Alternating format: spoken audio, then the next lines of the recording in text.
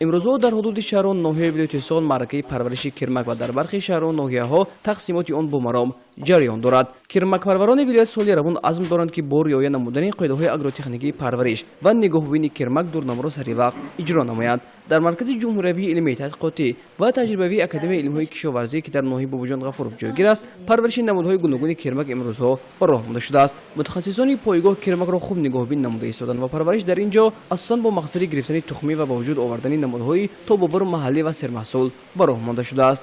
در پایگاه مرکز ما ذات و دورگاه‌های محلی خودمون که تاجیکستان 1 و 2 و خوجان 1 و 2 می باشد نگهبانی داشتیم. به غیر از این 12 ذات و شجری دولت‌های خارجی و 50 شجره یعنی لینی‌های نگهبانی کرده ایستادیم که همه این یک خالطه به ایستاد یک کرمک تخمش ما نگاه کرده اینجا پرورش میکنیم و در آینده باز نگهبانی کرده از این تخمش میگیریم. در اینجا ما به حساب 620 خالطه یعنی میخلا کروب کنده 620 نموده و یک کرمک نگهبانی کرده ایستادیم.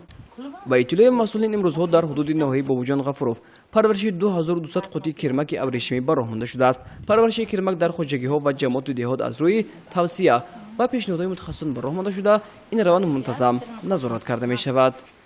در موسم سال 2021 طبق برنامه رشد ساحه کرمک پروری و کارکرد پیله در جمهوری تاجیکستان برای سالهای 2020-2024 نقشه دورنمای 3 ساله به توصیف رسیده است که موافق آن در حدود خواجگی‌ها جماعت‌های ناحیه باباجان غفورov از پرورش 2200 قطعه کرمک ابریشمی 3 سال نمودنی 57 تن پیله پیش بینی کرده شده است. از روی تحلیل‌های اگرونومی و موافقه مسئولیت‌ها با علما برمی‌آید که از سال 18 ماه می در حدود ناحیه جمع‌آوری پیله آغاز می‌گردد.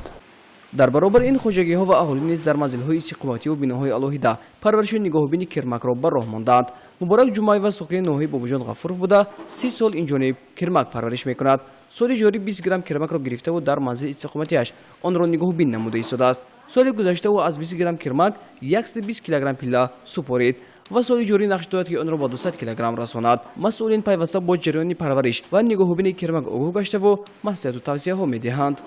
پرورش کرمک هم در وقتی ما پس پتایی میگوییم، اگر علمش بگوییم، اگر این دیقانچش بگوییم، اگر اخاب خیستن و سینی 1 و سینی 2 میگوییم همون وقت بیام احتیاط شدن در کار. ثانی اگر تکنیکش نمیشه گرمی حرارت خانه نگاه داشتن در کار همین های اگر رعایت کنیم حاصل بلند کرمک میگیریم و حاصل نوکی 50-60 دلخواهش میگیریم.